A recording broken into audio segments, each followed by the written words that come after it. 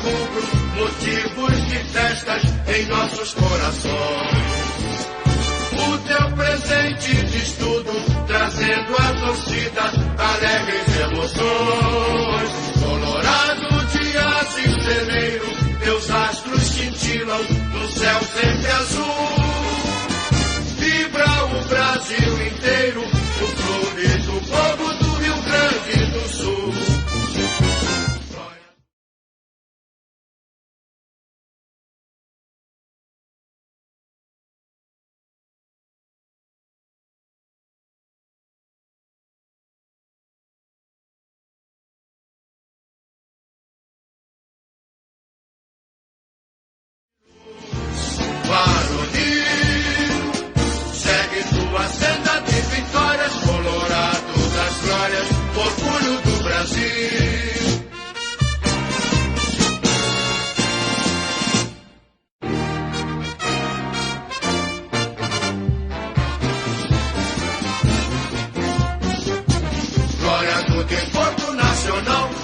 Internacional que eu vivo a exaltar. Levas a plagas distantes, teus feitos relevantes, vives a brilhar. Olhos onde surge o amanhã, radioso de luz. Varonil, segue tua senda de vitórias, Colorado das glórias, orgulho do Brasil. É teu passado alvirrubro, motivos de festas em nossos corações. O teu presente diz tudo, trazendo à torcida alegres emoções. Colorado, dias em celeiro, teus astros cintilam no céu sempre azul. Vibra o Brasil inteiro, o clube do povo do Rio Grande do Sul. Boa noite, torcedor, torcedora colorada, sócio e sócia colorada. Estamos dando o pontapé inicial nessa segunda-feira e a partir de agora, todas as segundas-feiras, no Pauta Colorada, um programa do torcedor colorado para debater as coisas do Esporte Clube Internacional, futebol, nosso produto principal, e sempre norteado, rodeado de colorados, a partir de agora, todas as segundas-feiras. Então, você que é colorado, que é nosso amigo, convida o outro amigo e assim passa adiante. Compartilhe lá no Facebook Pauta Colorada para que a gente consiga aí ter uma conversa de colorado para colorado. E hoje, dando o pontapé inicial aqui, fui escalado para fazer essa mediação como um torcedor colorado da noite. Quero apresentar aqui o Juliano Barbosa, outro amigo colorado, o nosso amigo aqui Evandro também, outro colorado. A Karen, uma colorada, não poderia faltar, né? As mulheres hoje têm uma grande representação no quadro social colorado e também na torcida colorada. O Harley Noro também, nosso outro amigão colorado. Então, a partir de agora a gente vai bater um papo, principalmente sobre aquilo que mais nos interessa, que é o futebol, e também pautas apropriadas, dependendo da decorrência delas, em termos estatutários, em termos de contas, as coisas do clube, né, do dia a dia, mas o principal é o futebol, fazer uma interação com os amigos, debater o futebol e principalmente vamos dar o pontapé inicial aqui sobre Inter e Chapecoense, né, o jogo, a estreia no Campeonato Brasileiro, falar um pouquinho do que nós achamos, poder contribuir um pouco com esse debate. Então vou iniciar aí, Juliano, para a gente iniciar essa conversa e falar um pouco, um parecer aí do que a gente enxergou domingo entre Inter e Chapecoense. Bom, boa noite, torcedora, torcedor. A ideia é um bate-papo informal. A gente quer trazer coisas do clube, coisas importantes do clube, mas sobre o viés do torcedor. O que o torcedor vê sobre as coisas do clube, certo? Quanto ao jogo, não tem muito o que se esperar de um time reserva, de um time que não treinava, de um time que era a primeira vez praticamente que entrava em campo junto. Dentro do possível, foi bom ou foi ruim? O resultado foi ruim, mas o que interessa mais é o contexto do jogo. E é sobre o contexto que eu quero falar mais. Vou deixar para o Evandro falar sobre o jogo. Obrigado pelo convite. É um desafio muito grande estar aqui nesse primeiro programa. debater sobre uma coisa que é paixão, né? E a gente, eu tentei, de alguma forma, vou me expressar em números pelo que eu pude constatar do jogo, embora é diferente, né, Felipe? Tu assistisse o jogo, tu fizesse 12 horas, 13 horas para ir até lá assistir o jogo. O Felipe é maluco. Fizemos um bate e volta, eu e o Harley, que estamos aqui, tomamos um banhão de chuva na expectativa de iniciar com o pé direito, mas principalmente na expectativa de colocar aquilo de melhor, Ivan. Não, é isso, é que a diferença para nós, que ficamos em casa, no sofá, com chimarrão, com uma pipoca, entendeu? Com replay, entendeu? É diferente o clima do jogo. Eu tenho os números do jogo, estudei os números do jogo, entendeu? Praticamente igual as chances de lado a lado. Claro que a temperatura, a tempestade, o gramado foi ruim. Nós tínhamos a viagem de retorno do Peru, eles tinham um jogo contra o Corinthians, então não podemos analisar só o jogo em si, tem todo o por trás do que está envolvido, né? O que me chateou um pouco, assim, não é o fato de ter o time reserva, Felipe, não é isso. Eu comparei os dois times, me dei ao trabalho de comparar os dois times, da onde vieram, as idades, para ver se de alguma forma um time era mais diferente do que o outro. E o nosso time, além de ser mais caro, né? Nosso time é mais caro do que a Chapecoense, né? As idades se comparam. Só que a gente, mesmo com o time B, o reserva, o alternativo, nós não podemos ir a Chapecó e ter um mau resultado. Deixa eu pegar só um dado, tá? Com base nos números do clube, a despesa com futebol foi em torno de ano 153 milhões. Isso dá 12, 13 milhões mês a despesa com todo o futebol. Ou seja, é um valor bastante vultoso, é um valor suficiente para montar um bom time. Cara, e o que tu achou do jogo?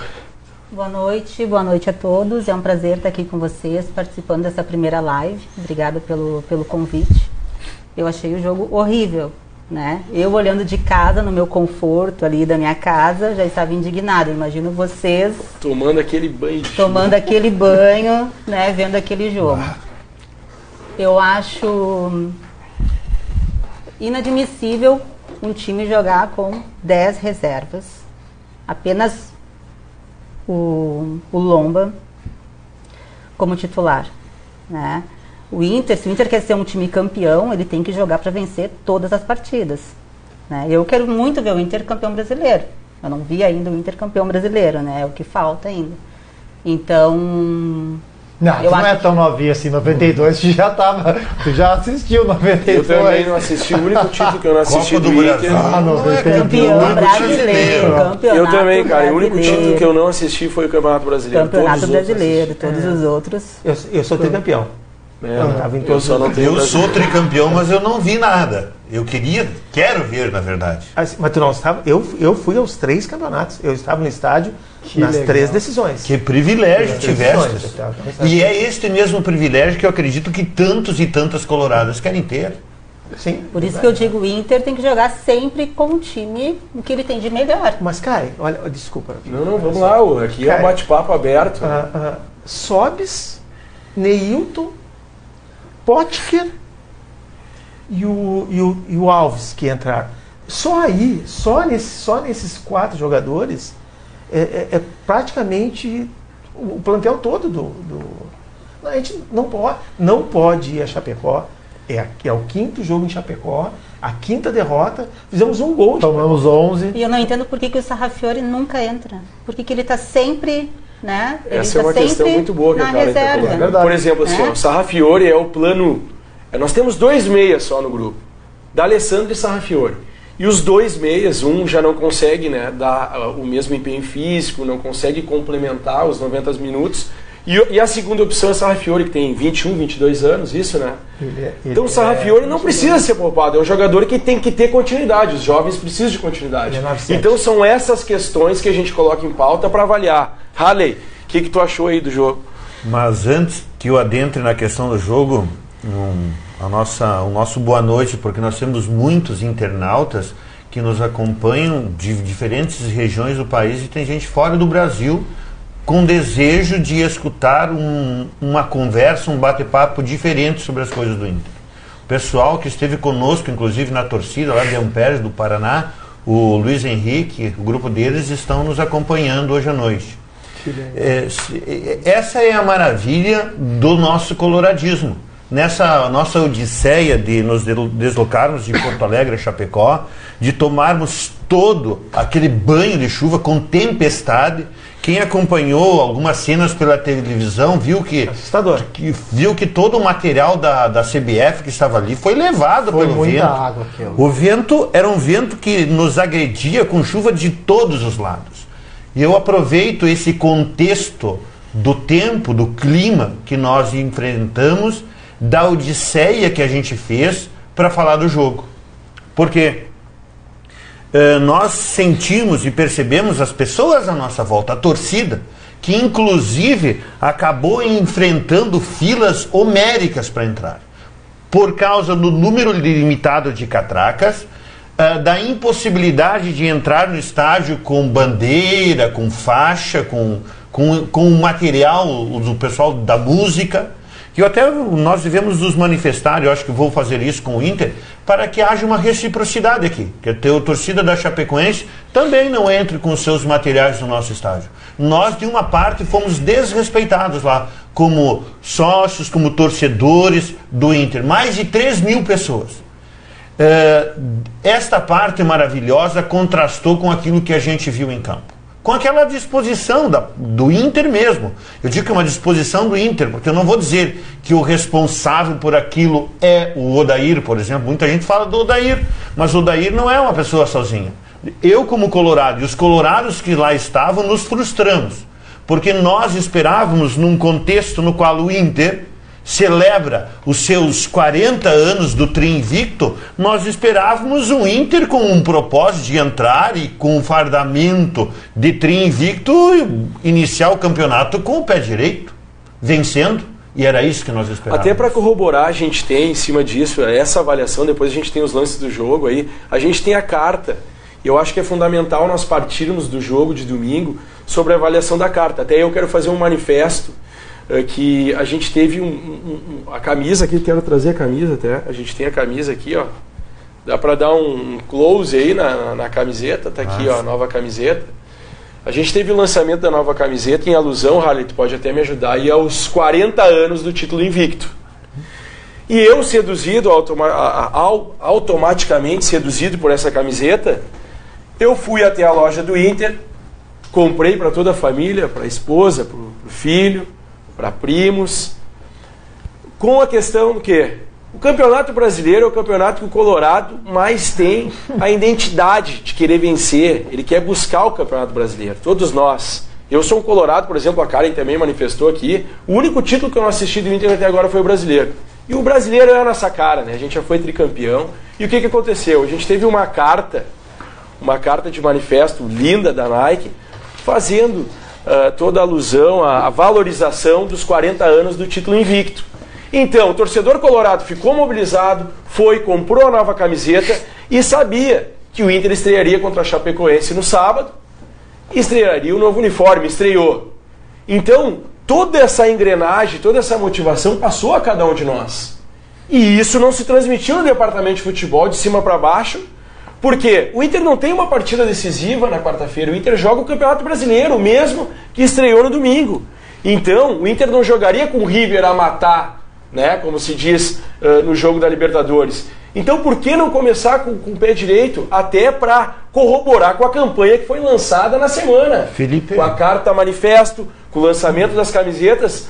E eu mesmo, seduzido, nós fomos até a Chapecó, porque a gente tem ansiedade em querer vencer esse título. E o Inter tem, como o Juliano disse mesmo aí, o orçamento, toda a capacidade, um comparativo com a própria Chape. Nós deveríamos, ao menos, fazer um time com aquilo que tem de melhor, e nem isso a gente assistiu. Faltou respeito, tu acha, Felipe? Eu acho que faltou um pouco de respeito com o associado, contribuinte, porque a gente também tem que ver o planejamento da diretoria, tem que respeitar sim, mas não era o momento. Nós não tínhamos ali uma partida decisiva que fosse justificativa para poupar um time inteiro, como a própria Karen disse, só tinha o Lomba em campo. Vamos pegar o calendário, tá? Jogou. Eu gostaria só que, por vez, de repente, a gente trouxesse também aqui alguma palavra de quem está na nossa linha do tempo aqui, na timeline aqui, fazendo suas manifestações. O Marcelo Silva Santos disse que todos os times do Brasileirão, adivinha quem foi o único com reservas? O Inter. O Inter. A gente viu isso aí também, o único reserva. De todos Dos 20, o único que escalou reservas, digamos assim, daqueles envolvidos na Libertadores e em outros certames, o único que escalou o plantel reserva foi o nosso. Sim, Juliana? Quero pegar o calendário, tá? Pra gente refletir sobre o planejamento, mas pensando com umas coisas mais objetivas, assim, tá? Jogamos na quarta-feira no Peru. Eu até não tenho essa informação, tá? Algum de vocês deve ter. Nós somos, o deslocamento foi voo locado ou foi em voo de carreira? Não, eu não tenho essa informação. Acho que eles vieram Fretado. Tem as imagens do jogo, aí nós vamos debatendo em cima, Eles vamos desceram passar em as Curitiba, imagens do jogo aí, ó, e vamos falando em cima das imagens, Fomos- até para ilustrar. E eles foram para Curitiba treinar lá. Fomos Pra de voo Curitiba, fretado e voltamos de voo fretado. Quer dizer, tu já reduz bastante o desgaste da viagem, tá? Tivemos a Chapecoense. Nosso próximo jogo é quarta-feira contra o Flamengo em casa, certo? Depois jogamos no sábado contra o Palmeiras fora e jogamos contra o River Plate na terça-feira fora. Esse jogo contra o River... E para mim, o motivo dessa escalação dos reservas passa pelo River Plate, tá? O Internacional vai ir com os titulares contra o River Plate porque quer pontuar o máximo possível porque na segunda fase, muito embora tenha sorteio, pote 1 dos primeiros contra o pote 2 dos segundos, as melhores campanhas no geral vão ter a vantagem de jogar a segunda partida em casa, certo? Eu sou bastante... Eu não acho que essa coisa de jogar a segunda partida em casa seja realmente uma vantagem indiscutível, uma vantagem tão determinante assim. Daí o motivo que eu questiono. Por que não jogar com os reservas na quinta-feira, contra o River Plate na terça-feira, para fazer 3 enfrentamentos agora com os titulares e nesses 9 pontos que nós vamos disputar, Chapecoense, vamos pegar por blocos, é como sempre a direção trabalha. Tu exclui esse primeiro Por jogo blocos. porque já morreu. Né? Vamos trabalhar. Não, vamos pensar no planejamento, vamos tentar entender o planejamento, tá? Vamos pegar nesse primeiro bloco. Por isso que veio uma porrada de crítica. Desses 9 pontos, certo? Eram 12 pontos. Não, vamos pegar 9 pontos. Chapecoense, Flamengo e Palmeiras. Né? Não. Eu só tô tentando pensar com a cabeça dos caras. Tá tentando dar uma conotação aqui, certo? Desses 9 pontos, o time que quer ser campeão tem que fazer 2/3. A cada 6 tem que fazer 4, tá? Certo. Vamos considerar 3 pontos contra a Chapecoense, que eram 3 pontos factíveis.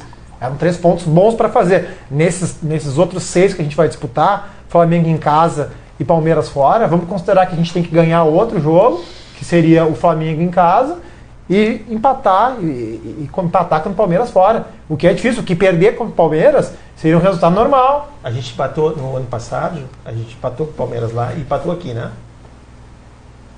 Eu sou ruim de memória. Foi isso. Nós perdemos lá. Pessoal, mas o empatamos importante é Dentro que 1-0. nós não estreamos com aquilo que tinha de melhor, sendo que nós estamos classificados, como o próprio Juliano está colocando, e nós poderíamos e já poderia ter iniciado com vitória contra a Chapecoense, um time que eu fraco. quero chegar. Um time fraco. Exatamente, esse é o ponto que eu quero chegar. Eu acho que num contexto de planejamento, para mim seria mais importante começar tentando ganhar, também não vamos ser idiota, né? O Inter tentou ganhar, não é isso.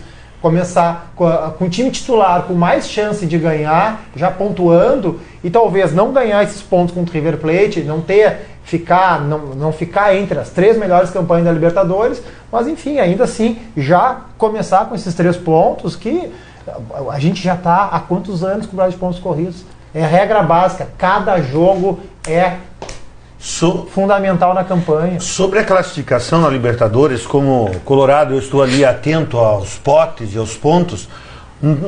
A única possibilidade de a gente ficar no primeiro lugar e ter a vantagem é uma vitória nossa contra o River e uma derrota do Cruzeiro contra o Emelec.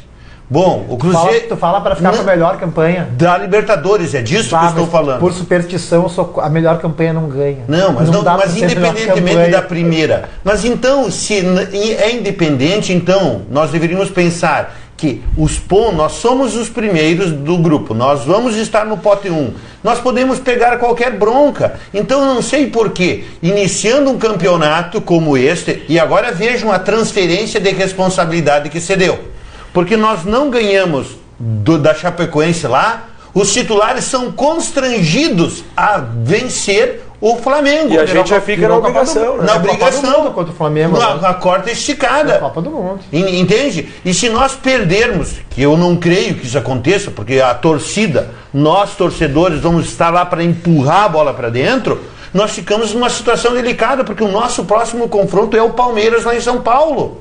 Pô! E não dá para perder pontos com um time fraco, né? Quem quer ser campeão, e nós desejamos ser campeões, tem que ganhar as duas da Chapecoense. A troca de pontos, como se diz aí os especialistas que avaliam o futebol, é contra o Palmeiras, é contra o Flamengo.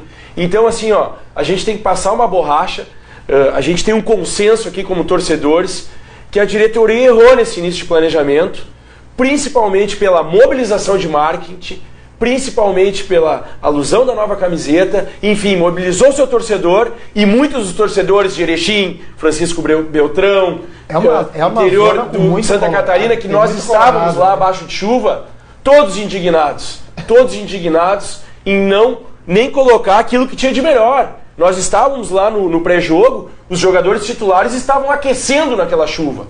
Então, por que não colocá-los? Então, assim, que isso sirva de lição, e que daqui para frente a gente comece a trabalhar com aquilo que tem de melhor. Até porque o Inter tem um dos orçamentos tops do futebol brasileiro, entre os 6 e 7, então tem que fazer valer o seu orçamento, fazer valer todo esse planejamento, todo esse estofo que o Inter tem nos últimos anos como clube, e botar para frente isso. Então, daqui para frente a perspectiva contra o Flamengo. Eu acho que aí já entra aqui, vamos entrar na interatividade, o pessoal daqui a pouquinho perguntando se não está na hora de trocar esses laterais, de inverter, o Fabiano vem, não vem, ou o Zeca vai para a esquerda, ou a gente acha uma outra saída. Vocês concordam com o pessoal que estão mandando aqui a mensagem? A gente tem um problema nas laterais? Nossa, acho que o nosso maior problema é a lateral, né? Direita ali, o Zeca, para mim já passou assim o tempo dele, né? Até ano passado ainda, se não me engano, ele veio de lesão, ainda estava se readaptando, mas acho que agora já está... O nosso problema de laterais é crônico, né? Não é... Me dá o último lateral direito. Eu acho que o William foi um bom lateral, mediante a dificuldade que nós tivemos nos últimos anos de lateral direito. Olha, eu ainda vou puxar um pouco mais, eu ainda fico no Ceará. E o Ceará veio como banco. Naquele ano nós tínhamos o Helder Grande como titular, e o Ceará começou jogando com o Muricy na esquerda. Vocês lembram disso na Libertadores? E depois passou a ser o lateral direito. Eu acho que o Kleber foi o último lateral que a gente teve na lateral esquerda. O Kleber teve uma passagem... É que o Kleber talvez tenha sido um cara que gerou pouco empatia na torcida do Ceará, não. O Ceará gerou mais empatia na torcida. Mas o Kleber deu respaldo técnico. É que o Kleber, psicologicamente, ele é aquilo ali. Ele é assim no Corinthians, ele é assim em qualquer lugar. Ele tem o perfil dele, é aquele. Ele não é o Fabrício, por exemplo, que entre amor e ódio, né? O Kleber é amor e ódio, né? Vocês veem a nossa situação, nós estamos chorando as pitangas, as cebolas do Egito. A gente está contextualizando. Mas é para dizer Inter. que há muito tempo. Há muito tempo. Sim. Então, assim, vamos pegar um ponto em comum, tanto do Kleber quanto do Ceará. Nenhum dos dois foi formado em casa, né? Sempre A contratado. gente sempre contratando o lateral. A gente tem esse menino Iago. Eu não acho esse menino desprezível. Não acho desprezível, eu acho ele regular até demais. Muito regular. Eu acho que ele precisava ter um sprint de performance um pouco melhor. Vamos pensar no time, tá? O time é regular no conjunto de atuações.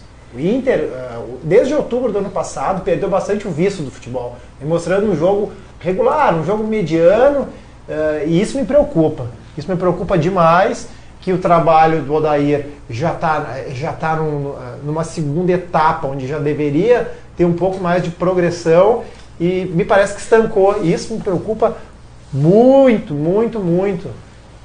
E aí tu pega também uma questão de formação de elenco, e vamos pensar no elenco no seguinte: num time bem ajustado, muito jogador mediano sobe. Onde o time ficou organizado no ano passado, onde o time se organizou, rendeu mais. Tô errado ou não? Onde ele se organizou ano passado, a gente fez muito boas partidas. Não, da metade do campeonato. Vamos dizer o seguinte, da metade Mas do onde campeonato. é que tu ressalta Quando a chegou no organização? ponto- Qual é a parte tática que tu ressalta onde a gente encontrou equilíbrio, que nos trouxe a Libertadores e que nos deu perspectiva, e a gente está bem, a gente tem que separar bem a crítica do Campeonato Brasileiro sobre a boa campanha na Libertadores. Um clube da grandeza do Inter tem que sofrer essa crítica porque é inadmissível o que a gente fez na estreia. A gente está bem sim na Libertadores e eu acho que é muito proveniente daquilo que a gente fez em 2018. E aí quero colocar para vocês, o que vem respaldando as críticas sobre o Odair, tanto da imprensa quanto nas interatividades dos colorados, é que o Odair vem oscilando demais. E aí eu quero trazer uma discussão aqui. Nós só temos 2 meias no grupo, que é D'Alessandro e Sarrafiori. E quando eles entram na extrema-direita. E aí é uma outra questão. A extrema-direita, em 2018, nós tivemos, na minha opinião, o melhor expoente técnico do Inter, que se chama Nico Lopes, pela extrema-direita. E nos momentos cruciais, partidas contra o River, partidas como o Grenal do Beira-Rio, nós pegamos o melhor expoente técnico e colocamos ele na extrema esquerda para daqui a pouquinho administrar um grande jogador que é o D'Alessandro, mas que não tem mais a mesma compensação física de 90 minutos. Aí que eu vejo que o Odair se perde um pouco e não dá continuidade naquilo que tem de melhor. Por exemplo, o Nico vem jogando a maioria das partidas em 2019 pela extrema esquerda, e onde ele rendeu foi na extrema direita. E o seu D'Alessandro e o seu Sarrafiori não jogam centralizado como meias. Essa é uma questão que eu acho que deixa o Inter vulnerável, não deixa o Inter ter uma continuidade. Porque nas principais partidas, o River e os Grenais nós não vencemos, então nós temos que ficar de alerta nisso. Contra o Palestino foi também a mesma coisa aqui. Nós fizemos um placar e nós voltamos, nós sofremos os 2 tentos e, por fortuna, o Guerreiro também nos salvou, né? É isso que o torcedor, e lá em Chapecó é um exemplo disso, a gente sente o jogo, a gente sente isso tudo, e por vezes a crítica ela se volta ou contra um jogador, ou tu xinga todo mundo, ou tu xinga o técnico, ou tu xinga a direção, assim, reclama, diz que, ou culpa pelas coisas, mas vocês veem, é um conjunto de fatores somados. E é por isso que num clube da grandeza do nosso, nós necessitamos, e o principal culpado pelo que aconteceu, e nós ouvimos, quem ouviu a entrevista do Odair e ouviu a entrevista do Melo, primeiro deu o Melo, foi o planejamento. A minha crítica é que muitas vezes, quando ele diz que é o planejamento é que surtiu tal efeito, parece que a gente despersonaliza e tira a responsabilidade das pessoas. E o planejamento não é feito por uma pessoa no Inter em nenhum lugar, é por uma equipe. Então esses diferentes elementos e fatores, até numa escalação, ela deve ser tida presente. O Felipe recuperava que em 2018, no Brasileirão, nós crescemos, acho que foi depois daquela experiência... Nós crescemos a partir do jogo do Grenal. E a partir do Maracanã, quando nós tomamos 2-0 com a expulsão do Alessandro e depois nós tivemos o Grenal. A partir dali a gente mudou o jeito de jogar. A partir dali, na minha opinião como torcedor, o Odair foi a vez que ele colocou a mão dele no time. Tanto é que a partir dali, o discurso dele na estreia contra o Palestina é que o Inter tinha um time titular. E depois esse time titular começou a andar um pouquinho para os lados, tirou o Nico de onde tinha que jogar. Então eu acho que essa oscilação do Odair passa pelo comando em cima desse planejamento que tu ressaltaste, o Harden. Para mim, o Odair ainda não tem total comando sobre o grupo. Quem é que escala o time? Deixa eu tentar contextualizar. O modelo de gestão do futebol brasileiro, na sua maioria, e eu não sou conhecedor de todos, mas um pouco do Internacional, que eu vou fazer 57 anos, eu estou dentro do Internacional desde os meus 12 anos de idade, quando eu joguei no Internacional até meus 20. Os modelos de direção, eles são totalitários. A gestão é totalitária. Tem alguém que manda, entendeu?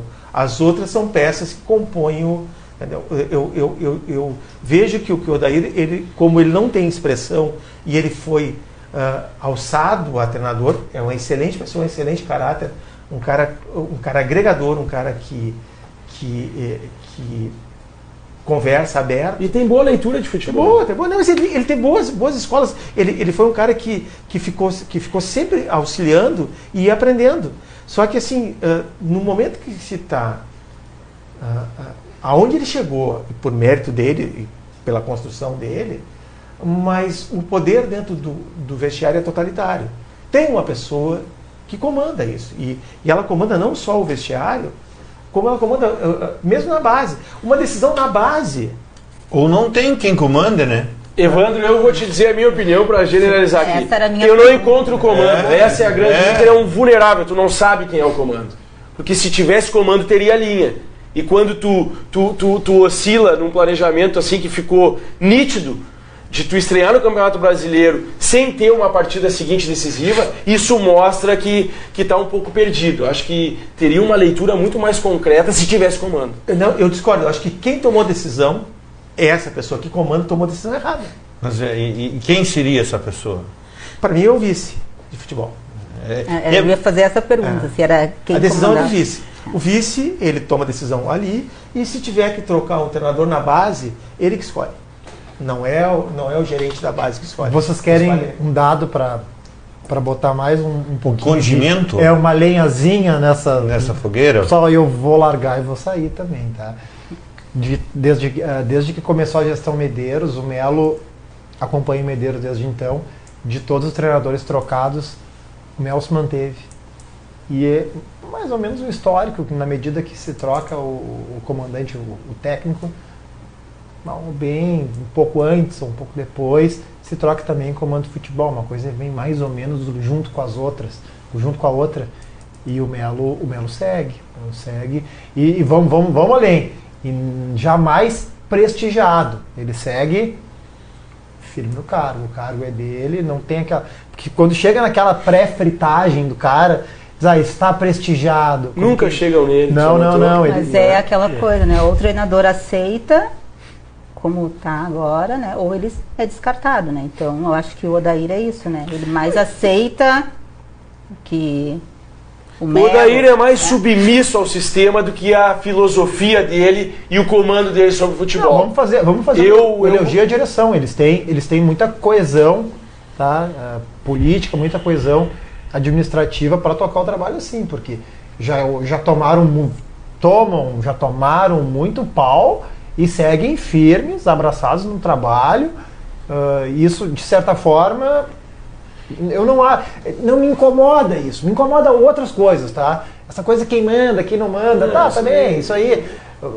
Eu gostaria de saber, veja, pegando esse teu gancho, eu gostaria de saber o que pensa o nosso torcedor, o colorado que está nos assistindo.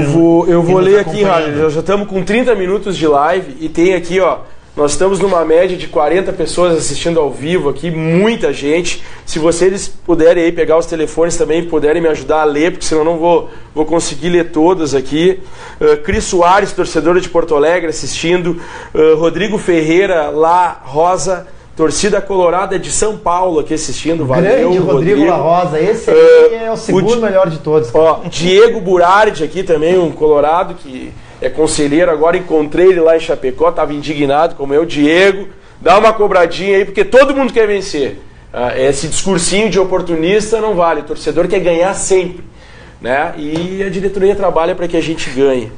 Felipe Mano aqui na audiência, o Márcio, o Giongo, vamos ler mais algumas aqui. A Elisa lá do Rio de Janeiro, tá aí na área. Marcelo Silva Santos, torcida anda decepcionada com o treinador. Nonato e Sarrafiori no banco, e por parede no Grenal. Sensacional aqui a mensagem do Marcelo Silva. Pessoal, é isso que nós temos que debater, que nós, torcedores, o pessoal muitas vezes não entende isso, o meu amigo Evandro, que tem um entendimento, tem um pouco da leitura da base.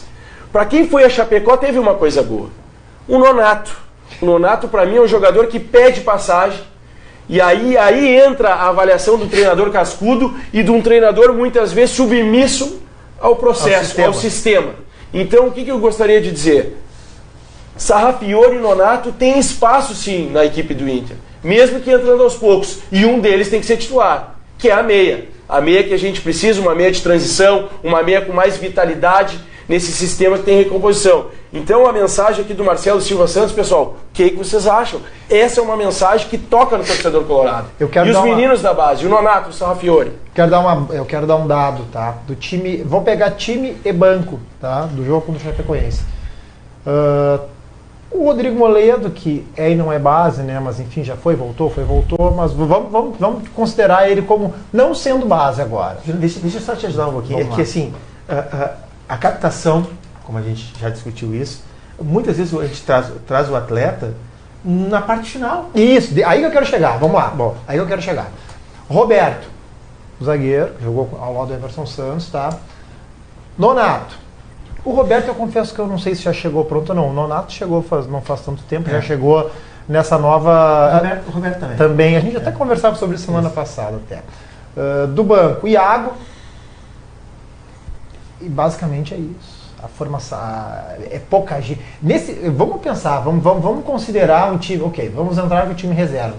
Eu gostaria de ter esse time reserva, pelo menos a metade. Quantos tu tirou aí do time reserva que jogou? Vamos lá, vamos tentar ser mais objetivo. Vamos lá. Quantos do time reserva, quantos da base jogaram no domingo em Chapecó? Roberto, Nonato.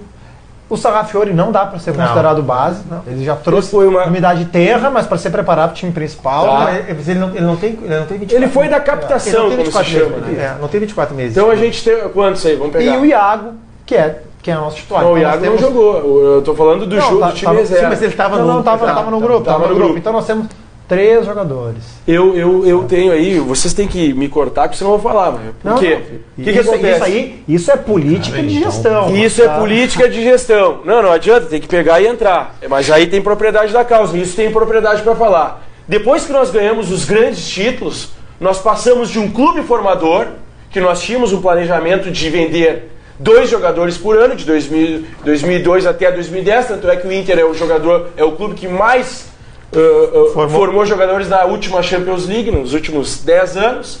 E o que acontece? De um clube formador, nós passamos para um clube comprador. Por quê? Porque nós saímos de um clube de 2006 na casa dos 180 milhões e na década 2010 aí para frente sempre foi na casa dos 300 milhões e a partir dali nós começamos a comprar jogadores. E a mesma gestão continua empilhando jogadores. Então isso é algo que tem que ser cobrado. Nós precisamos usar os jogadores da base. Isso aumenta o nosso passivo. Se a gente voltar um pouquinho às gestões anteriores, Luigi, 4 anos, depois a desastrosa do Pífero, e essas duas, 1,5 do Marcelo, se a gente procurar quem foram os gestores da base nessas gestões, tirando a do Luigi, que o gestor sempre era o seu Orestes, nos 4 anos, as outras 3 gestões, mesmo a do atual do Marcelo, já trocou o gestor da base. Se trouxe um gestor para a base que durou 24 meses e foi por um jogo contra o Guarani. Se não tivesse dado na TV, se tivesse perdido de 2-0, o gestor era o mesmo hoje. Nós hoje no Inter, nós estamos também num processo de mudança. Quem daqui assinou participou do abaixo assinado? Eu assinei o abaixo assinado para a construção do CT. Exatamente, eu acho que eu também... Sim, também. E isso é um ponto para mim fundamental nessa... Pois é, e eu queria chegar nesse ponto, que existe um processo de mudança, porque foi contratada a WPS para acompanhar o processo. Então, claro, hoje a gente olha ali e a gente vê um déficit. Um déficit por não haver um planejamento e uma formação.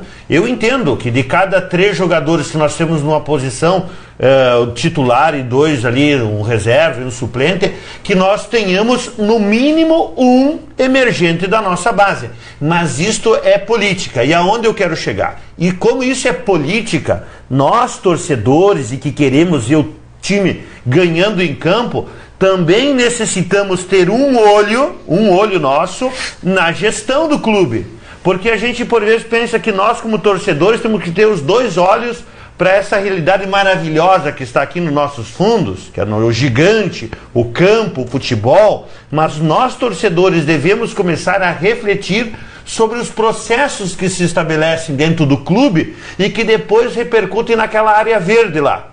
Porque se nós não tivermos formação de jogadores, de atletas, não só comprando medalhões, eu participei da reunião do conselho e eu ouvi dizer que o Trellis foi contratado para substituir o Damião. Pense bem, Trellis contratado para substituir o Damião pelas características do atleta. Eu não vi nunca um substituto do Damião no Trellis, mas aconteceu e acontece. O Pedro Lucas, ele entrou num determinado momento, parece que foi parar no freezer, não sei onde ele está, mas ele entrou e deu uma resposta melhor que o Trellis quando esteve em campo. Harley, todos os jogadores lançados pré e pós segunda divisão, 99% torrados. Charles, Ortiz, entendeu? E aí, pela frente, todos entraram num momento difícil, não teve o estofo para segurar ele, quem tinha que segurar não segurou, se perdeu. E vai se perder o Pedro também. Esse abaixo assinado, que já foi entregue para o clube, para a diretoria, é no sentido do clube ficar vinculado a um fundo, a criação de um fundo, certo? Um fundo que vai ser o X% da receita do clube é obrigado a aquele X% verter para um fundo, para que esse fundo seja aplicado na construção do CT de Guaíba. São essas coisas. Mas por que tem que ser obrigado? Tem que ser obrigado, porque senão os caras vão gastar no Trellis, vão gastar no Rodrigo Lindoso e vão adiante. Jonatas Alves. O André Miola. Quando o André Miola quando era conselheiro, fez uma proposição de vincular 10% do orçamento obrigatório para a base, os caras limitaram a no máximo. Sim, mas é um absurdo isso. A gente vive num mundo tão... Para quem acompanha o futebol, essas coisas administrativas, o pessoal acha chato, tem que entender, tem que ler, tem que refletir as coisas. Então entrega pro Chatos. Do Ferran Soriano, sabe? Se querem ver o jogo, entrega pro Chatos controlar. Não acontece, a bola não entra por acaso. Quem nunca leu, quem tem que entender um pouco o fenômeno, isso aí tem que ler esse livro. A bola não entra por acaso, certo? O Rodrigo Lindoso, certo? Eu não tenho, quando eu me refiro a um jogador, não tem nada contra a pessoa do jogador, estou me lixando para ele, mas eu vou pegar a figura do Rodrigo Lindoso, tá? O Jair, o Silva, nenhum deles jogava menos que o Rodrigo Lindoso, gente. Não, então eu vou te dar outra. E aqui pra que trazer uma... Pena, se machucou um atleta. Matheus Galdesani de volante, então eu fico com o Charles. Então essa política que nós, torcedores, temos que cobrar. Nós temos que se mobilizar, porque aqui a gente vive de paixão, vive de Inter. Por isso que nós estamos aqui sentados, para debater um pouco a vida do nosso clube. Então o nosso papel como associado, como contribuinte, como paixão, é fazer essas análises, porque chega assim, chega na diretoria, chega... Não, a gente tem que cobrar isso aí. É a formação de opinião, e nós estamos aqui para contribuir com o clube. Então são essas questões. Se tirou o clube do buraco? Se tirou sim, claro que se tirou. E também é muito mais fácil sair do buraco com 300 milhões de orçamento e o próprio adversário aí, tradicional, quando ganhou um grande título, se equiparou ao nosso orçamento. Então assim, a gente sabe bem o nosso tamanho. E é por isso que nós estamos aqui fazendo essa pauta colorada, para que a gente mobilize e veja o Inter cada vez mais forte, porque está chegando a hora de a gente ganhar um grande título de novo. Então, é esse tipo de mobilização que faz nós estarmos aqui. Eu quero valorizar aqui, Everton Peruzzo de Tapejara, mandando um abraço. Pedro Trindade, já cansou desta palhaçada de time reserva no Campeonato Brasileiro. A gente quer comemorar esse título que não vem há 40 anos. O Guilherme Silveira aqui. Nossos laterais têm dificuldade no apoio e os volantes chegam de frente para o gol. Não finalizam a jogada. Saudade daqueles tempos onde o time tinha ambição de ganhar. Eu acho que mais ou menos o Guilherme quer dizer que a gente não tem mais uma jogada forte pelos flancos. E realmente a gente tem um buraco no meio campo. Daí diz, mas tá tudo errado. A bola é muito lenta. A transição toda muito lenta. É que a gente não tem, na realidade, no miolo do meio campo, um meia de ligação. Mas aí vai te catar o tal do meia de ligar. Eu já fiquei contigo. Mas nós temos um volante. E o nosso time chegou na Libertadores com bola de profundidade e força física sempre pelas laterais. E quem era o maior destaque do Inter em 2017 e 2018? Leandro Damião. Por quê? Porque a bola chegava na área, porque tinha o Nico numa boa fase na extrema direita, porque tinha o Patrick muitas vezes na extrema esquerda e não jogando centralizado. Então o que se tinha? Tinha jogada pelos flancos. E hoje a gente não tem mais as jogadas pelos flancos, porque nós estamos colocando o meia na extrema direita. E a bola não chega no Guerreiro. Então é nessa questão que eu justifico. O Guerreiro está saindo muito, buscando muito. Não... Coitado do Guerreiro. O Guerreiro é uma loucura. É um guerreiro, né? Ele é um batalhador no meio daquilo. Mas eu quero brigar. Isso aí tem umas pautas que me irritam. O tal do meio armador é uma das que me incomoda. Porque o futebol atual, tá? Vamos pegar os grandes times da Europa, tá? E não vamos pegar os nomes, tá? Não me interessa nome. Vamos pegar o jogo, tá? Os times têm peças que flutuam o campo inteiro. Essa coisa, um fica na ponta esquerda, mas não, ninguém fica na ponta esquerda, ninguém na ponta direita, tá? É claro que uma linha de defesa sempre é uma linha mais fixa. Só que uma linha de meio pra frente é uma linha completamente móvel. Tu quer ver outra coisa que me irrita profundamente? O tal de, tem que jogar com centroavante. Por quê? Por que tem que jogar com centroavante? Por que tu não pode jogar com uma linha de 3, tá? Como o Odair joga, com uma linha de 3, certo? Desses 3 flutuando. A gente também tem que ir um pouco além dessas análises, sabe? A gente tem que parar de... Tem algumas figuras que também eu acho muito legal. Um armador, aí alguém vai dizer, mas o City tem o De Bruyne, também, o De Bruyne é um fora de série. Fora de série não me interessa, porque a gente não tem dinheiro. Tá, mas vamos pegar nível Brasil. Tu pega, vamos pegar aí o Corinthians, que é o armador do Corinthians hoje. Jadson tá jogando titular, o Jadson é banco, por exemplo. O Corinthians não é parâmetro. Pega o Flamengo, que hoje é o maior orçamento do Brasil junto com o Palmeiras. Tem o Diego. O Everton. Tem o Diego, o Everton não deixa de ser um meio de ligação.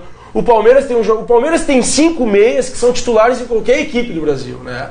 Gustavo Scarpa, me ajudem aí, o Moisés, Lucas Lima, agora tem esse Zé Rafael, que esse jogador, Zé Rafael, eu acho que é um jogador que se encaixaria. Estou pegando pelo modelo de futebol. Esse jogador é muito interessante. É aquele meia que passa da linha do meio campo, chega. Nós não precisamos mais daquele meia cadenciador que põe o pé em cima da bola e atrasa todo o nosso jogo. Por quê? Porque o nosso time não tem essa característica. O nosso time é de bola de profundidade. Tanto é que o nosso maior destaque se chama Edenilson. Eu vou dizer para vocês, talvez a gente fale de posição, figura, mas para mim, torcedor, vocês me desculpem, a gente pode falar de figuras, mas para mim conta resultado, conta efetividade.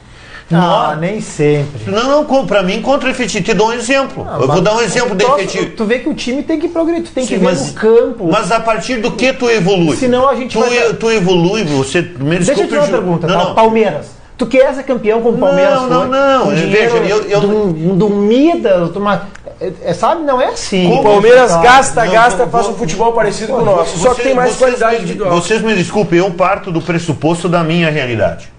Eu, por exemplo, não fico me comparando com os outros. Eu posso olhar para os outros, examinar o que os outros estão fazendo, mas a primeira coisa, eu acho que nos falta muito, como às vezes a nossa emoção, a nossa paixão, nos impede, coloca uma nebulosa na mente da gente e a gente não se examina devidamente. Olha, eu estou cansado de ouvir desculpa de que nós, para não fazer nada, que a gente foi o sofrimento subir para a Série A ou sair da Série B. Cara, eu já... Reconstrução. Não, mas vamos passar disso aí. Não, mas eu quero chegar. Então, desculpa, eu tive que sair, não sei o quê. Velho, em 2018, o que nós tivemos? Nós tivemos experiências não boas em 2017, negativas em 2018. Nós engrenamos com um determinado modo de trabalho. Vocês me desculpem. Até os torcedores que muitas vezes... Sabe qual foi o nosso orçamento na segunda divisão? 228 milhões. Tem sido da casa, agora o bruto é 390. Não, só eu estou te dando o dado final, tá? Sim. Em compensação com em 2018, 264 milhões arredondados. Mas veja, em 2018 nós tivemos uma espinha dorsal que jogou de um determinado jeito e produziu o resultado, que é a vaga na Libertadores. Eu queria mais do que a vaga, mas produziu a vaga. Velho, se tu tem um esquema de jogo, Procura manter a proposta que tu tem e tu vai qualificando ela com peças. Não adianta eu pensar num futebol de um time europeu se eu não tenho peças europeias. Eu tenho que trabalhar com as peças que eu tenho. Agora até o Melo falou que talvez na parada aí da Copa América, talvez vão buscar peças. Eu acho que o Inter com o orçamento... Veja, aí você me diz, mas já tem muita peça. Então compraram mal, né? Compraram mal. É como se na minha casa eu preciso de uma geladeira para gelar cerveja, eu compro uma, não dá certo, eu continuo pagando, ela fica parada, eu compro uma outra, eu tenho 3 geladeiras para gelar cerveja e nenhuma gela cerveja. Tá, mas só tem, lateral direito em 2018. Tá partindo do pressuposto, então, de que só tu empilhar 11 jogadores maravilhosos é o suficiente para tu ganhar um campeonato? Não, eu falei de ter uma linha mestra e compor com peças que agreguem valor. O ano passado o D'Alessandro jogou em 14 partidas. Nós ganhamos 9 e empatamos 5. É uma proposta de jogo. Juliano, eu quero largar mais nesse debate. Eu vou dar um exemplo. Peraí, tu falou uma coisa interessante. Vamos parar de falar do meia, ok. Só que tem um porém. O mesmo problema constatado em 2018, onde o Inter fez uma boa campanha, acho que o Inter esmoreceu fisicamente e também na mobilização no final, porque o Corinthians foi prova de que nós poderíamos ser campeão, foi prova em 2017. O que acontece? Essa questão do meia é falada em 2018. E nós não trouxemos nem o meia que põe o pé em cima da bola e nem o meia de transição, aquele que joga na diagonal, como se diz. Então o que eu quero dizer, Juliano? Então, o executivo de futebol, o próprio Odair, tem que dizer qual é a filosofia e qual é o plano tático do Inter. Aí, os formadores de opinião e até a torcida não entram nesse debate. Mas o que eu quero debater contigo na tua colocação é a seguinte questão. Nós estamos falando no mês 5 no mesmo problema que nós tivemos em 2018, que é a transição do time. Nós não temos bola de transição, chegar no Guerreiro, chegar nos 2 extremos. Nós jogamos com 3 volantes. Então é essa a questão. Se é time com 3 volantes, faz o time jogar com 3 volantes. Agora, se é meia, como é que nós não achamos essa solução se é o mesmo questionamento? Jogo para vocês, de 2018. É o mesmo questionamento no mês 5 de 2019. Felipe, olha só. O mais eu estou aqui ouvindo e tentando que eu conheço. Não, deixa o Felipe falar. Não, é que eu conheci o Juliano semana passada, né? E eu estou conhecendo vocês agora. Cada um de nós tem uma idade, cada um de nós representa alguma coisa dentro do clube e cada um de nós tem uma vivência. Cada um de nós vê o mesmo jogo de forma completamente diferente. E o mais triste para mim é que a gente quer, como Colorado, todos nós queremos ganhar, queremos um objetivo, a gente quer ser campeão. Eu fui 7-5, 7-6, 7-9. Todos os jogos, eu fui no jogo Inter Atlético Mineiro, que foi Estamos VO. em 19 agora. Né? Não, 7-9, eu fui Inter Atlético Mineiro, que foi um VO. Nós ganhamos um jogo de VO do Atlético Mineiro, no Beira-Rio. Eu fui. E que assim, o que a gente quer, eu não sei se é o mesmo que a diretoria quer e que os jogadores querem. Tu acha que todos os jogadores estão imbuídos do mesmo objetivo que é ganhar? Bom, eu acho que não. Isso aí. Eu acho que não. Nós temos uma folha salarial de 9 milhões, o cara se prepara todos os dias da semana, treina no mínimo de 3 a 4 vezes, ele lê os adversários, ele recebe o salário em dia, ele vai para a concentração. Não.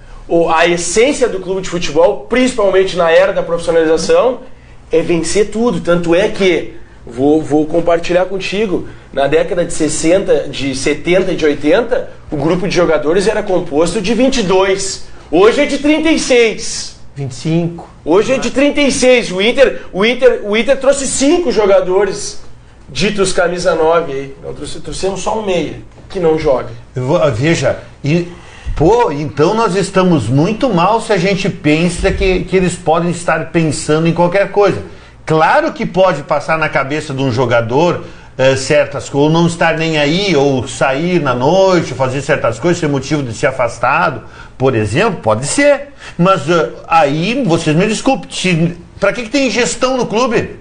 Eu te pergunto, para que tem os profissionais responsáveis lá? É como se tu tivesse uma empresa e tu investisse diariamente teu dinheiro ou na tua casa e as coisas aparecessem e andassem mal, e não, é que cada um pensa de um jeito. Não, senhor.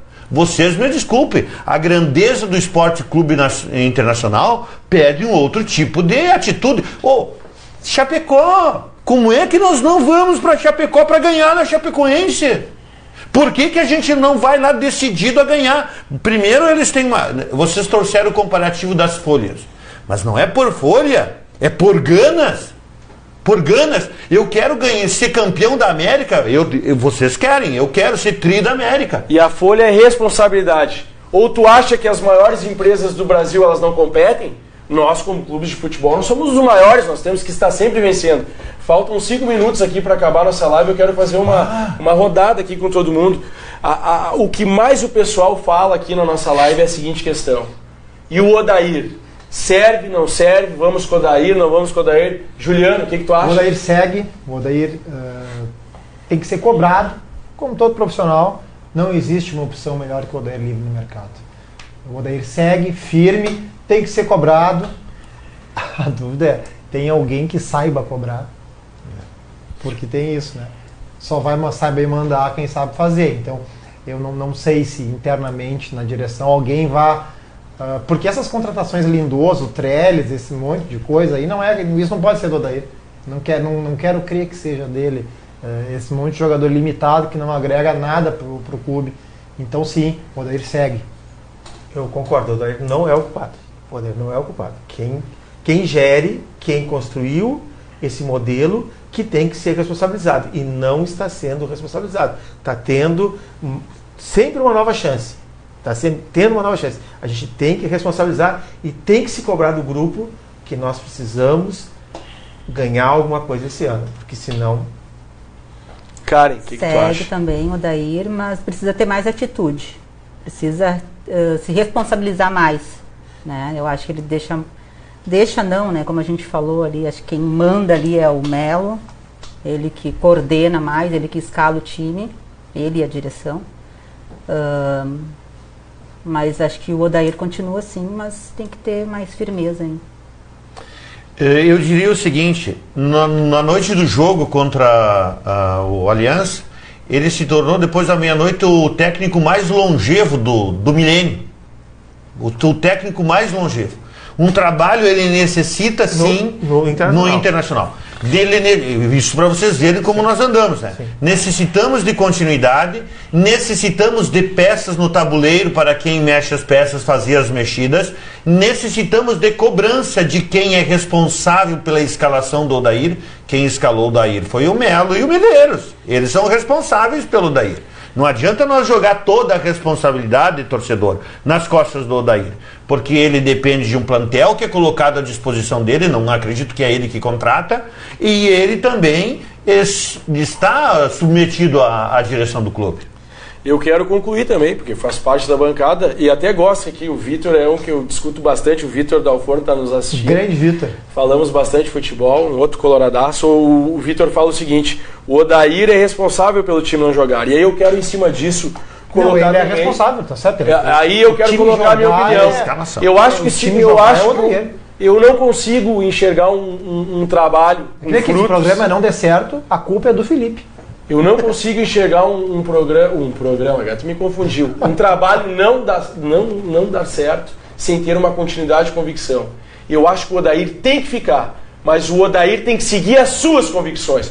Porque se o Odair seguir as suas convicções, eu gosto de relembrar que a gente ficou 14 partidas ou 12 invictas no Brasileirão de 2018, quando ele seguiu as suas convicções, e eu me lembro muito bem, pós-jogo contra o Flamengo, naquela derrota de 2-0 no Maracanã, a partir dali a gente deu uma guinada. Porque a partir dali, deixaram o Odair seguir as suas convicções e não ficar administrando expoente que manda no clube há muitos anos. Palpite para quarta-feira, 1-0, gol do Guerreiro. O que tu acha, Juliano? 2-1, Flamengo. O Flamengo é bastante potente, acho que não vai deixar de marcar, mas a gente vai... Vamos fazer o fator casa, né? 1-0 pro Beira-Rio. O que tu acha? 2-1 para o Colorado, mas eu quero fazer uma chamada aqui. Tá? Nós, em 2018, fizemos a diferença na nossa casa. Nós necessitamos contar com a força, com o apoio da torcida. E eu penso que vou lançar um desafio aqui, que no ano do tricampeonato invicto, que nós tenhamos o maior público das partidas de futebol no Campeonato Brasileiro em 2019. Pô, que lindo aí, Karen. 2-1, Guerreiro e Nico Lopes.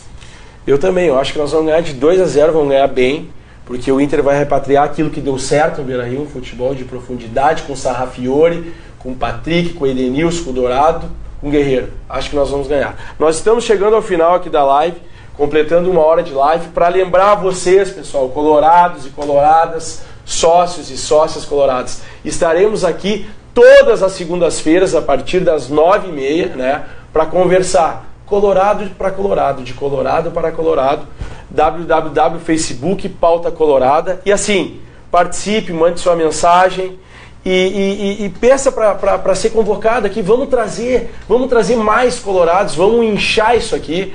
Vamos fazer uma mobilização propositiva. Harley, tu quer falar? Uma observação muito importante. Hoje nós tivemos o privilégio de estarmos aqui conversando com vocês, colorados de todas as querências, mas esta bancada será renovada semanalmente. Isso aí, exatamente. Serão outros colorados como nós e como vocês que estarão a fim de bater um papo de colorado para colorado com vocês. Pessoal, não é uma bancada fixa, é uma bancada de colorados. Essa tribuna aqui, essas cadeiras vão estar sempre sendo renovadas, como o Harley diz. Então participe, mande seu recado aqui que nós vamos convocar vocês através do Facebook Pauta Colorada e toca o hino para nós encerrar aí, porque esse ano vai tocar o hino, ou do Brasileirão, da Libertadores ou da Copa do Brasil. Um abração a todos. Tchau. Tudo meu. Glória do desporto nacional, ó internacional, que eu vivo a exaltar. Levas a placas distantes, teus feitos relevantes, vives a brilhar. Olhos onde surge o amanhã, radioso de luz, varonil. Segue tua senda de vitórias, Colorado das glórias, orgulho do Brasil.